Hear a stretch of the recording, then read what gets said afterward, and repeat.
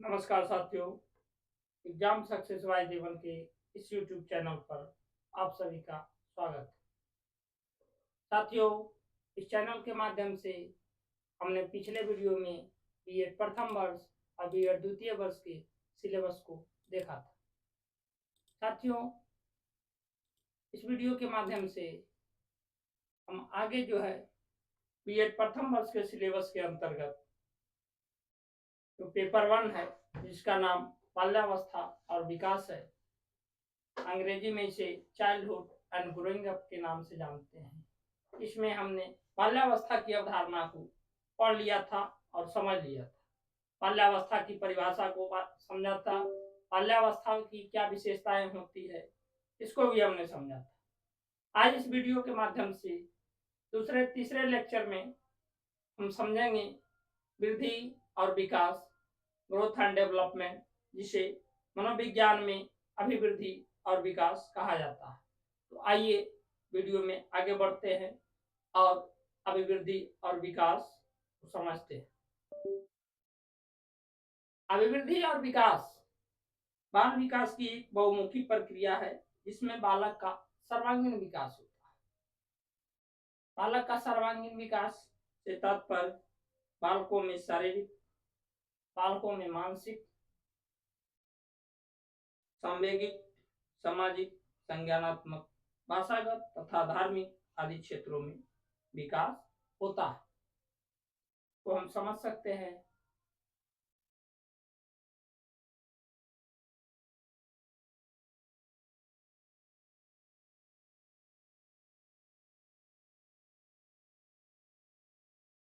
शारीरिक,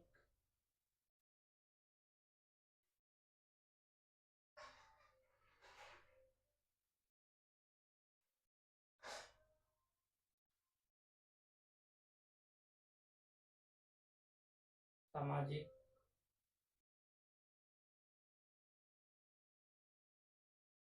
नैतिक,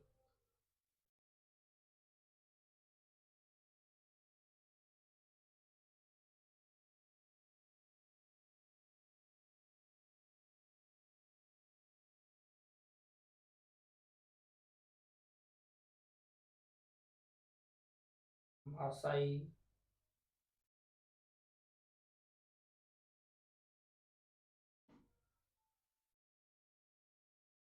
मानसिक,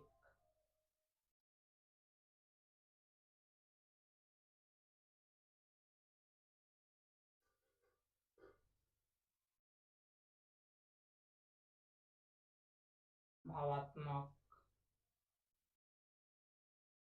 मानसिक को हम संज्ञानात्मक के नाम से भी जानते हैं।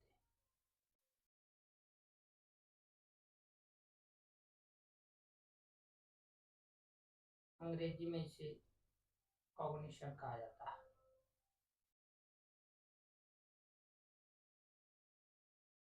कॉग्निटिव।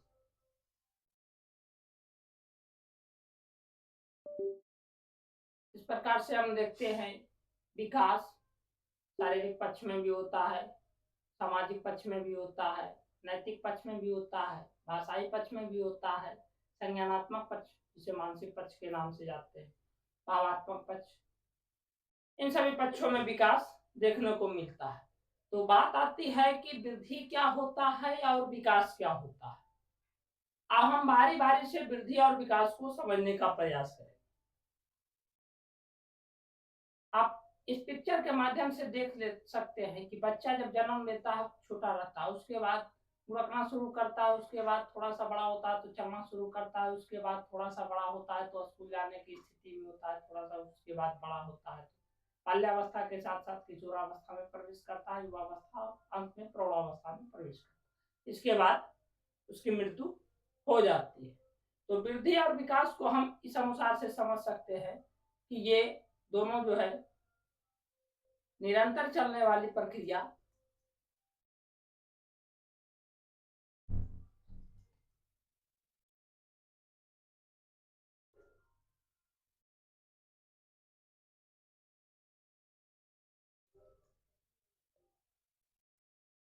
निरंतर चलने वाली प्रक्रिया के रूप में हम विकास को समझ सकते हैं।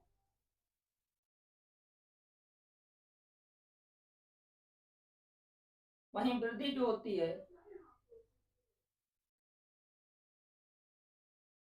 निश्चित समय तक चलती है।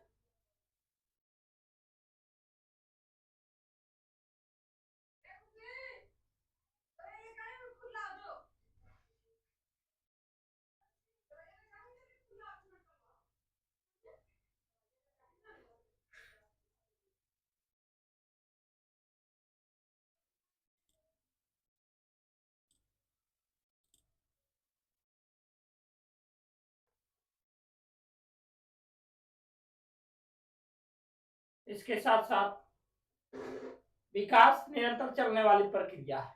यह प्रक्रिया जो है जीवन पर्यंत चलती है।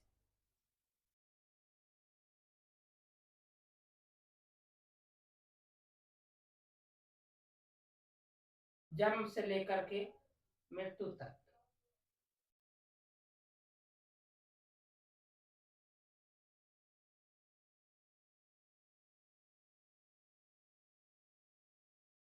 जीवन पर्यंत प्रक्रिया वैसी प्रक्रिया होती है जो जन्म से लेकर के मृत्यु तक चलती है। इस प्रकार से हम कह सकते हैं कि विकास जो है निरंतर चलने वाली प्रक्रिया है, वही वृद्धि है जो एक निश्चित समय तक चलती है। आप देख सकते हैं फोटो में बच्चे एक निश्चित समय में धीरे धीरे बढ़ते हैं, बड़े होते हैं, किशोर होते हैं, युवावस्था होते हैं। उसके बाद उनकी लंबाई जो है अस्थिर हो जाती है, उनका वजन जो है बढ़ना शुरू होता है और शरीर में बाह्य परिवर्तन ना होकर के आंतरिक परिवर्तन विशिष्ट रूप से होते हैं, जिसके कारण वही परिवर्तन बाह्य रूप में दिखते हैं, लेकिन उनकी जो लंबाई है वो अस्थिर हो जाती है एक निश्चित उम्र के बाद। वहीं विकास जो होता है तो उनकी बुद्धि और सामाजिक परिवेश, रहन सहन, भाषाई परिवेश और संज्ञान और दया करुणा की भावना, ये सभी में लगातार परिवर्तन देखने को मिलता है जो कि विकास को दर्शाता है। अब चलिए आगे चलते हैं और विकास के और वृद्धि के बारे में दूसरी स्थिति को समझते हैं। बालक इस फोटो में बाल्यावस्था की स्थिति में, बाल्यावस्था में धीरे धीरे बढ़ते बढ़ते बालक जो है किशोरावस्था तक पहुंच जाता है और इस स्थिति के साथ बालक का वृद्धि तो हो रहा है और वृद्धि के साथ साथ विकास भी हो रहा है। इस प्रकार से हम कह सकते हैं विकास और वृद्धि दोनों साथ साथ चलते हैं।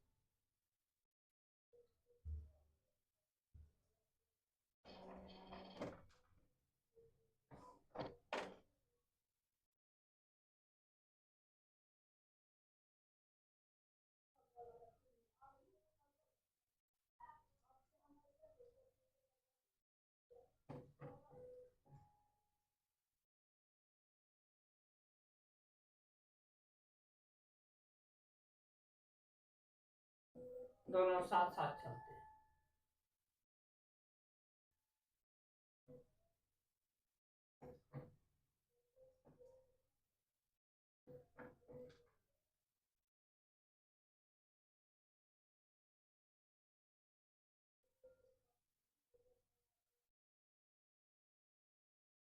वृद्धि में जो होता है बाह्य रूप दिखाई पड़ता है, तो इससे हम कह सकते हैं कि वृद्धि जो है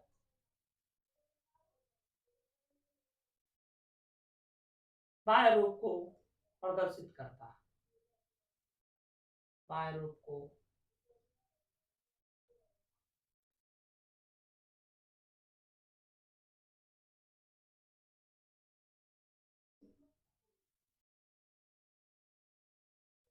प्रदर्शित करता है। इसके अलावा हम और वृद्धि के बारे में समझें।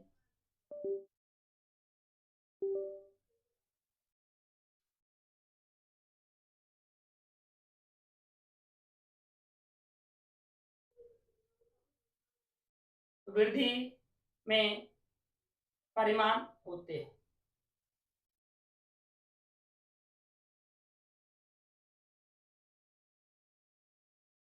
अर्थात इनका पक्ष जो होता है परिमाणात्मक होता है।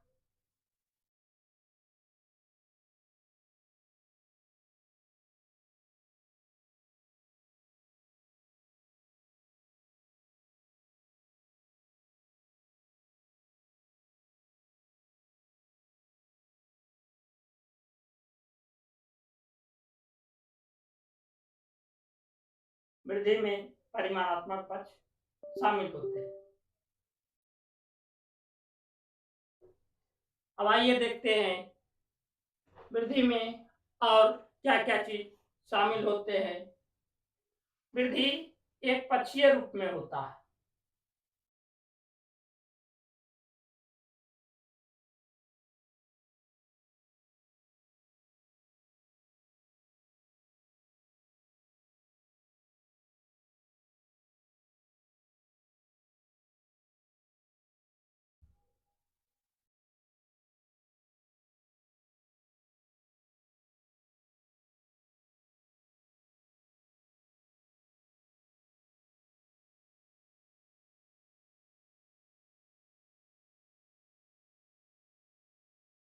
एक पक्षीय से हमारा तात्पर्य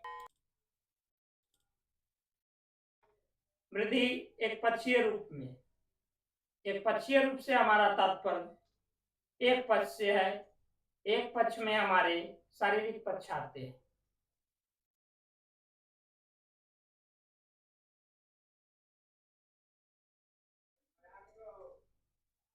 तो इस प्रकार से हम कह सकते हैं वृद्धि केवल शारीरिक पक्ष को ही प्रदर्शित कर। शारीरिक पक्ष की हम बात करें तो शारीरिक पक्ष के अंतर्गत निम्नलिखित चीजें आती है। इसमें लंबाई, चौड़ाई,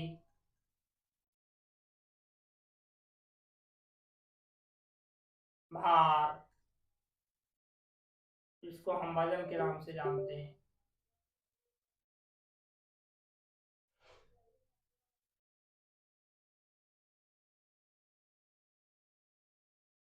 आदि में बढ़ोतरी।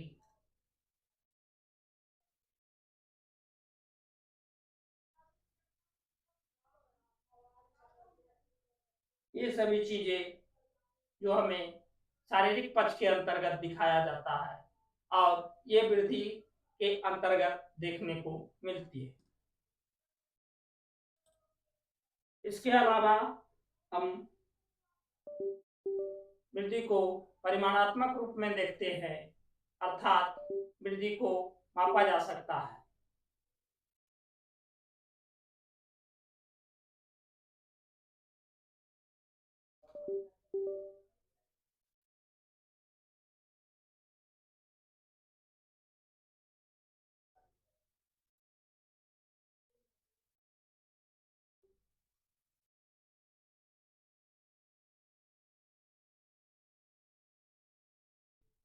वृद्धि परिमाणात्मक होती है।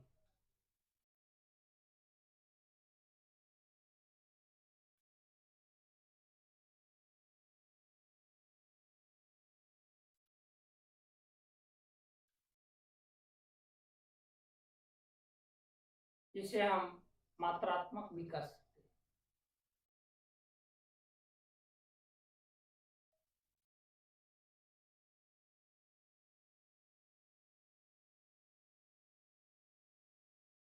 परिमाणात्मक या मात्रात्मक से हमारा तात्पर्य जिसका एक निश्चित भार होता है, जिसको हम आसानी से माप सकते हैं, उसे ही हम वृद्धि के रूप में इंगित करते हैं। इस वृद्धि की अगर समय की बात करें तो यह वृद्धि जो है एक निश्चित समय तक ही चलता है। वृद्धि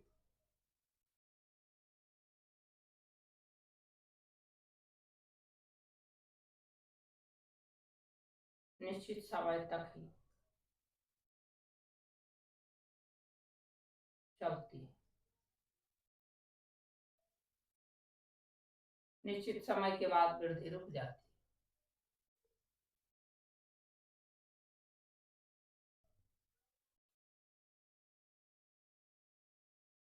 है। निश्चित समय के बाद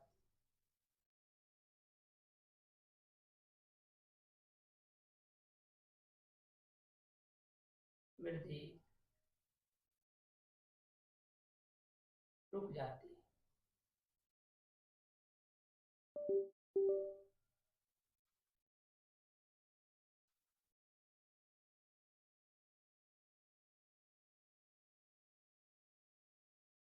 और एक खास बात और है कि अभिवृद्धि जो होती है या वृद्धि जिसे हम कहते हैं, इसमें विकास सम्मिलित नहीं होता।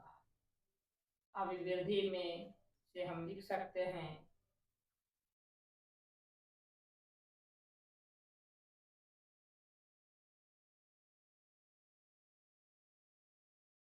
विकास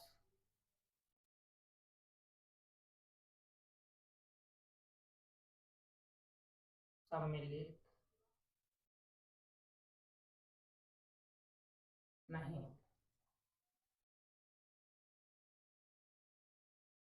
इसके अलावा और हम बात करें तो अभिवृद्धि जो होता है संकीर्णता को दर्शाता है। अभिवृद्धि है जो संकीर्णता को दर्शाता है।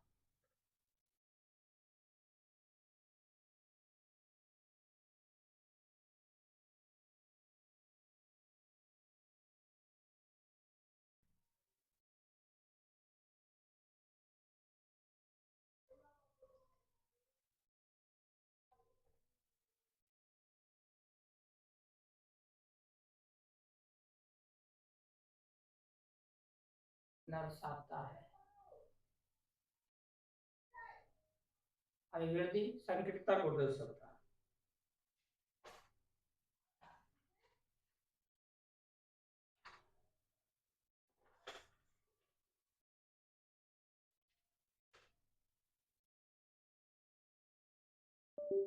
वृद्धि की प्रक्रिया को हम समझें तो वृद्धि की प्रक्रिया जो है इसकी इसकी प्रक्रिया जो है केवल आंतरिक रूप में दिखाई पड़ती है।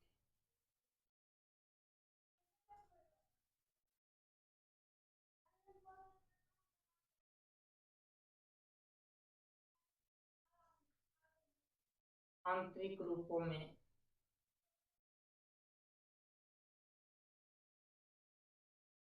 दिखाई पड़ती है।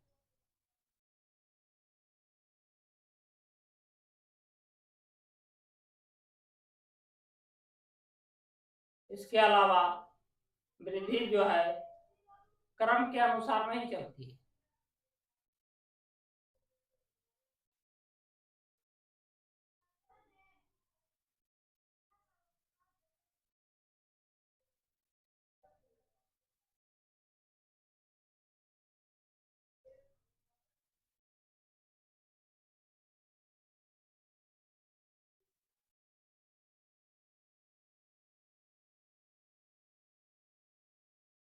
वृद्धि क्रम के अनुसार से नहीं चलती।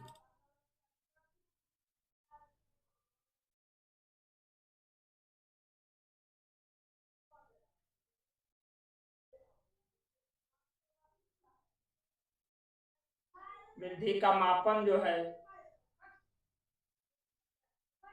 किया जा सकता है, क्योंकि वृद्धि जो होती है परिमाणात्मक होती है। इसके पक्ष परिमाण के अनुसार से चलते हैं, मात्रा के अनुसार से चलते हैं। इसको मापा या तौला जाए वो परिमाणात्मक होती है। इस प्रकार से वृद्धि का मापन किया जा सकता है।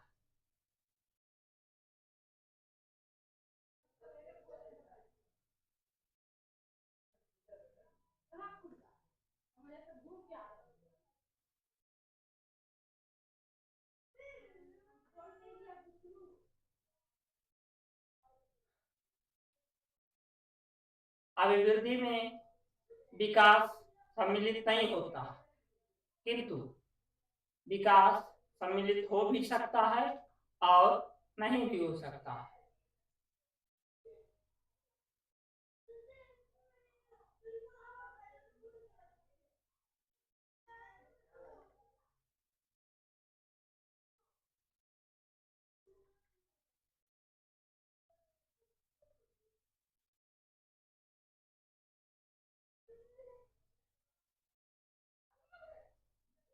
हो भी सकता है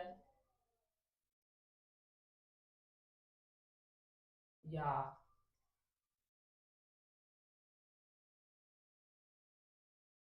नहीं भी हो सकता।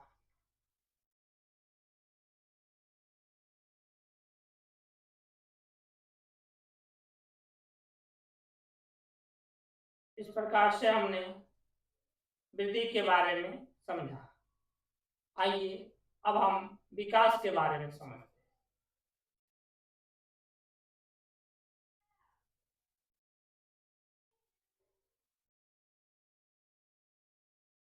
विकास, जिसे अंग्रेजी में हम डेवलपमेंट भी कहते हैं, बाल्यावस्था की अवधारणा के अंतर्गत हमने विभिन्न प्रकार के स्थितियों के बारे में, बालक के स्थिति के स्वरूप के बारे में हमने समझा था। बालक का विकास किस प्रकार से होता है उसको समझा। इस प्रकार से हम कह सकते हैं कि विकास जो है जीवन पर्यंत चलने वाली प्रक्रिया है। इसके पहले बिंदु में हम लिख सकते हैं विकास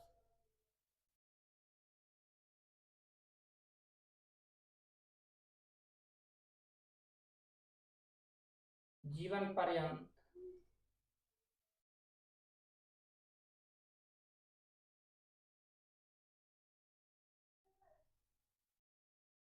चलने वाली प्रक्रिया।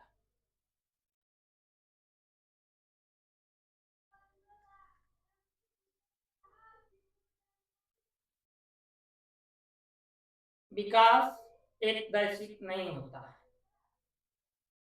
तो दूसरे स्थिति में लिख सकते हैं कि विकास बहुदैशिक होता है।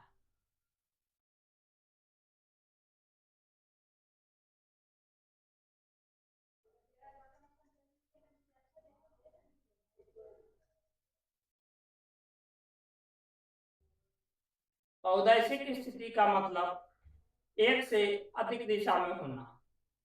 अब बहुदैशिक को हम इस स्थितियों में समझ सकते हैं। इसमें शारीरिक पक्ष के अलावा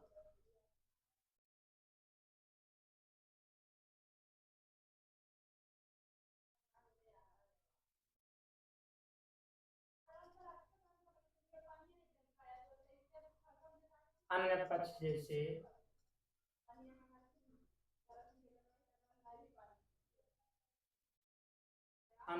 जैसे मानसिक पक्ष,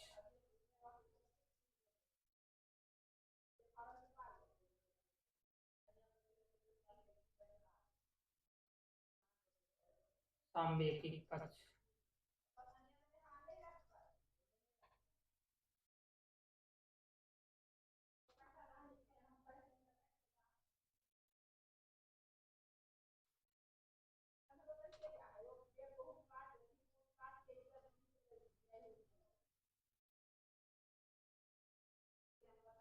सांवेगिक पक्ष, भाषाई पक्ष,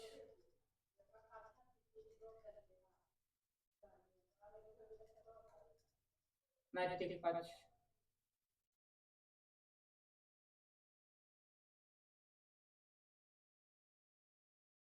सामाजिक पक्ष।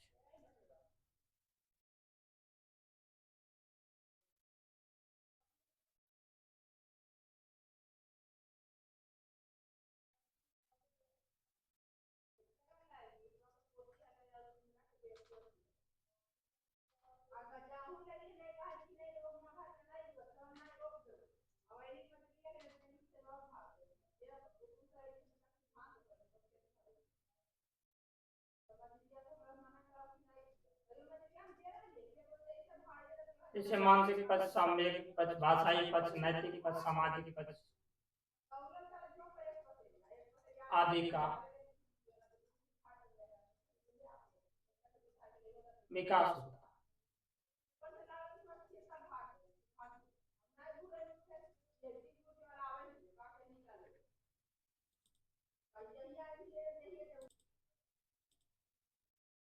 इस प्रकार से हमने देखा कि विकास में केवल शारीरिक पक्ष ही शामिल नहीं होते हैं, अपितु शारीरिक पक्ष के अलावा अन्य पक्ष जैसे मानसिक पक्ष, सांवेगिक पक्ष, भाषाई पक्ष, नैतिक पक्ष, सामाजिक पक्ष आदि का भी समावेश होता है।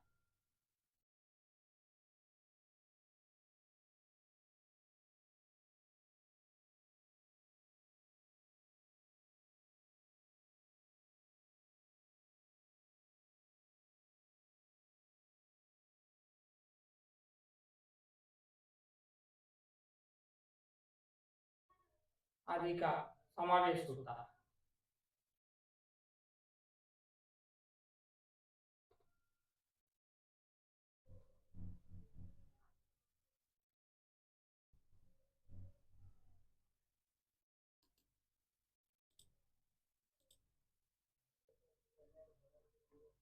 अरस्तु के द्वारा विकास की एक परिभाषा दी गई है जिसे हम समझ सकते हैं। अरस्तु जो कहता है, विकास आंतरिक और बाह्य कारणों से व्यक्ति में जो परिवर्तन आता है उसे विकास कहा जाता है। तो इसे हम लिख सकते हैं,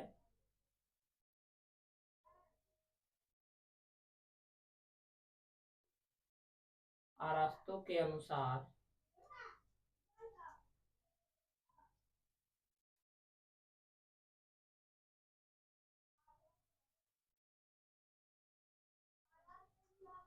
विकास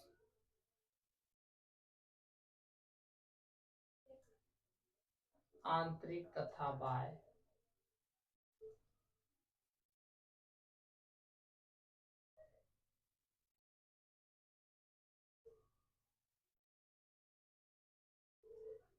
कारणों से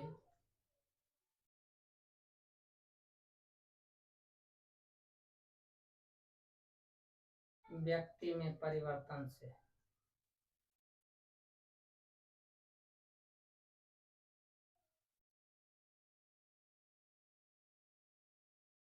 इस परिभाषा से यह स्पष्ट होता है कि विकास आंतरिक ना होता है, बल्कि विकास बाहरी और आंतरिक दोनों रूप से प्रभावित होता है। तो हम लिख सकते हैं कि विकास आंतरिक और बाह्य है।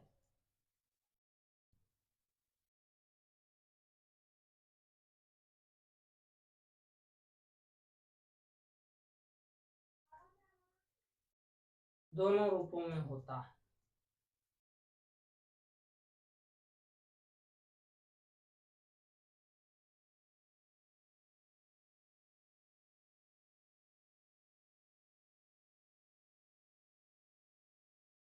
इसके अलावा विकास का परिवर्तन जो है क्रम के अनुसार चलता है। तो इसे हम लिख सकते हैं, विकासीय परिवर्तन या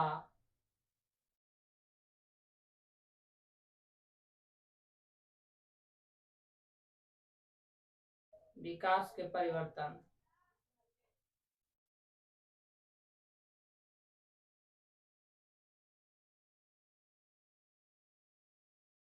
क्रमानुसार चलता है।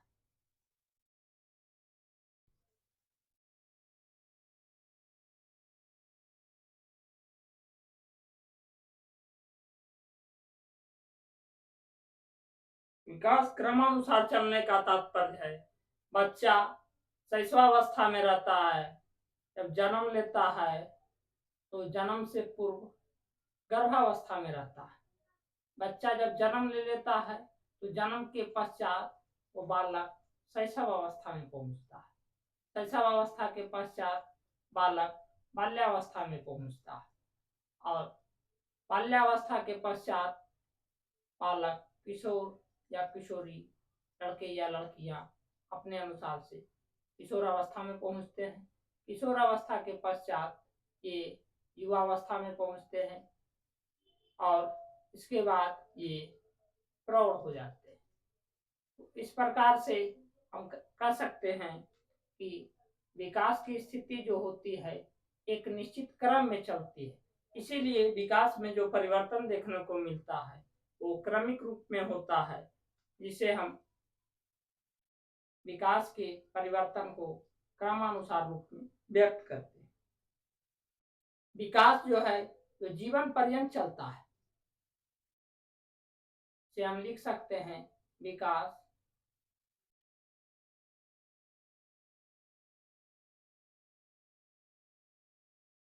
जीवन पर्यंत चलता रहता है।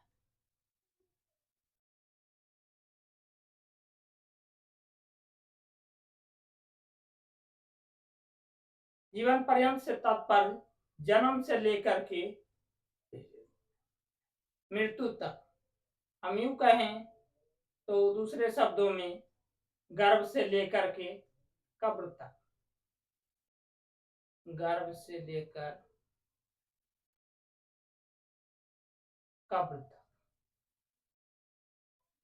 बालक जब गर्भ की स्थिति में रहता है उस समय से लेकर के बच्चे का जन्म होता है और अंततः मृत्यु स्थिति तक के विकास की प्रक्रिया जो है चलते रहती है।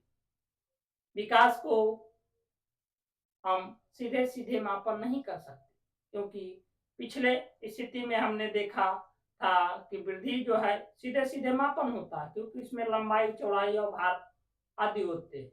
वही विकास को हम सीधे सीधे नहीं माप सकते। इसको हम लिख सकते हैं विकास का मापन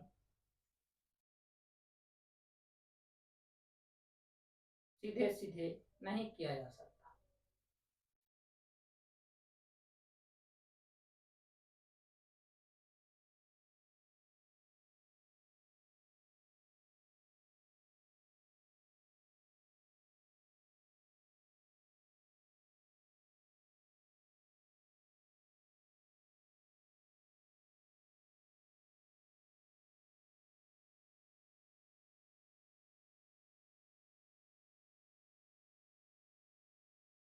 इसको हम इस स्थिति में समझ सकते हैं। सामाजिक विकास या नैतिक विकास, ये हमारा कितना हुआ है एक बालक के अंदर, इसको मापना संभव नहीं है। बाल्यावस्था में सामाजिक विकास कुछ अलग स्थिति में होती है, शैशवावस्था में अलग होती है, वही किशोरावस्था में कुछ अलग होती है, प्रौढ़ावस्था में अलग होती है।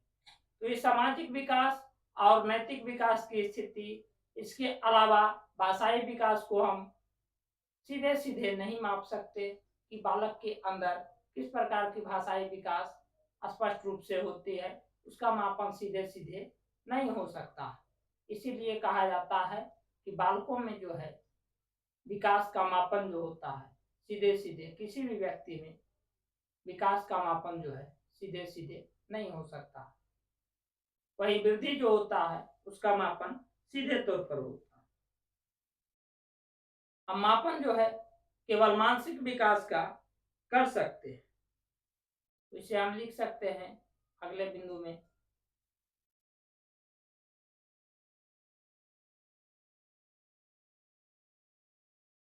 हम केवल मापन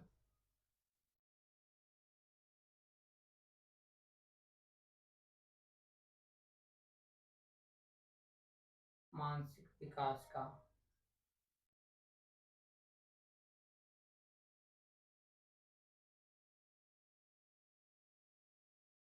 कर सकते हैं।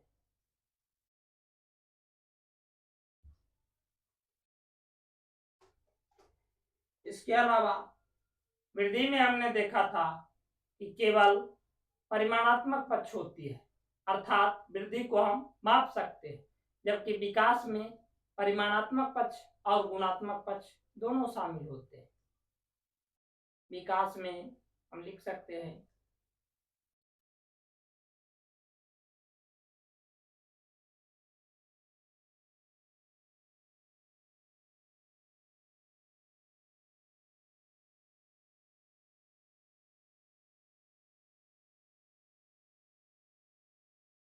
परिमाणात्मक पक्ष तथा गुणात्मक पक्ष।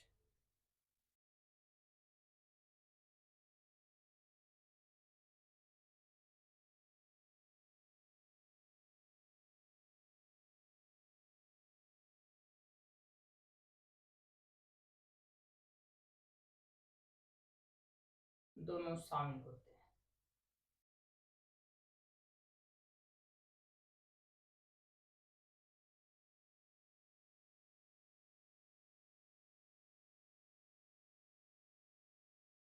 इसके अलावा विकास बहुदैशिक होता है और वृद्धि जो है एक दिशा में होता है, तो इसे हम लिख सकते हैं कि विकास बहुआयामी होता है।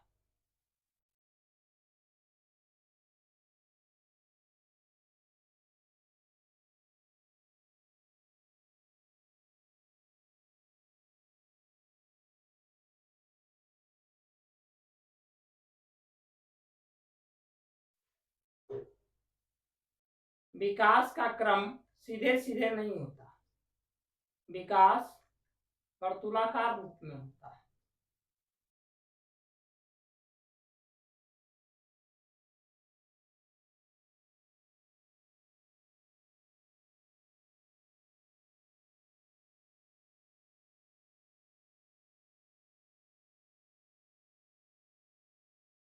विकास वर्तुलाकार रूप में होता है। वर्तुलाकार की स्थिति इस प्रकार से होती है।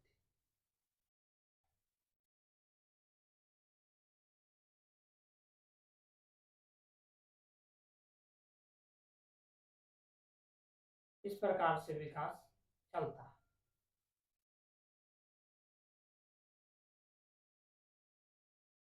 वही वृद्धि जो होती है एक रेखीय होती है।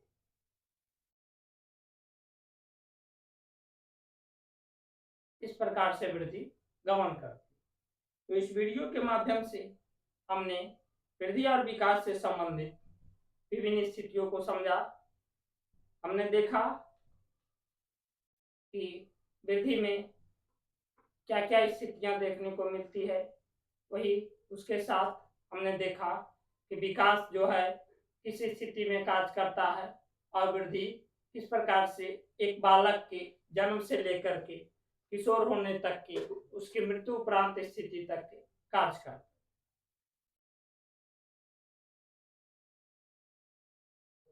वृद्धि के पक्ष को हमने देखा कि वृद्धि परिमाणात्मक रूप में होती है, वृद्धि निश्चित समय तक ही चलती है, निश्चित समय के बाद वृद्धि रुक जाती है।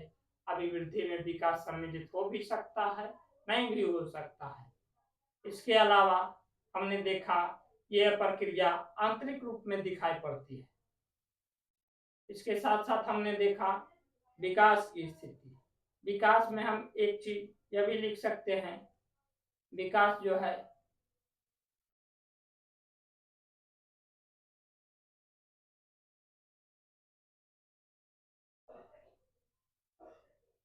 विकास में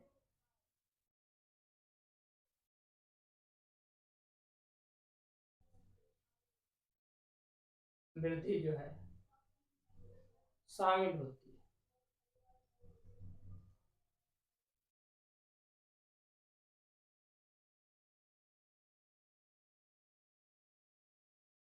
इसके पहले हमने वृद्धि में विकास को शामिल हो भी सकता है, नहीं भी हो सकता, लेकिन विकास में वृद्धि जो है शामिल होती है। इस प्रकार से हमने वृद्धि और विकास से संबंधित हर एक स्थिति को देखा। आगे के वीडियो में हम इन दोनों में अंतर को समझेंगे और आगे के वीडियो में इसके सिद्धांत को समझेंगे। तो इस वीडियो को देखने के लिए धन्यवाद। अपने दोस्तों तक शेयर करें और ताकि आपको बीएड प्रथम वर्ष के सिलेबस को अच्छे तरीके से कवर करने का मौका मिले। पाटलिपुत्रा यूनिवर्सिटी के अलावा दूसरे यूनिवर्सिटी में भी या सिलेबस में अगर आपके पाठ्यक्रम में या यूनिट दिया हुआ है वृद्धि और विकास, तो आपको ये निश्चित ही उपयोगी साबित होगी। धन्यवाद, मिलते हैं नेक्स्ट वीडियो।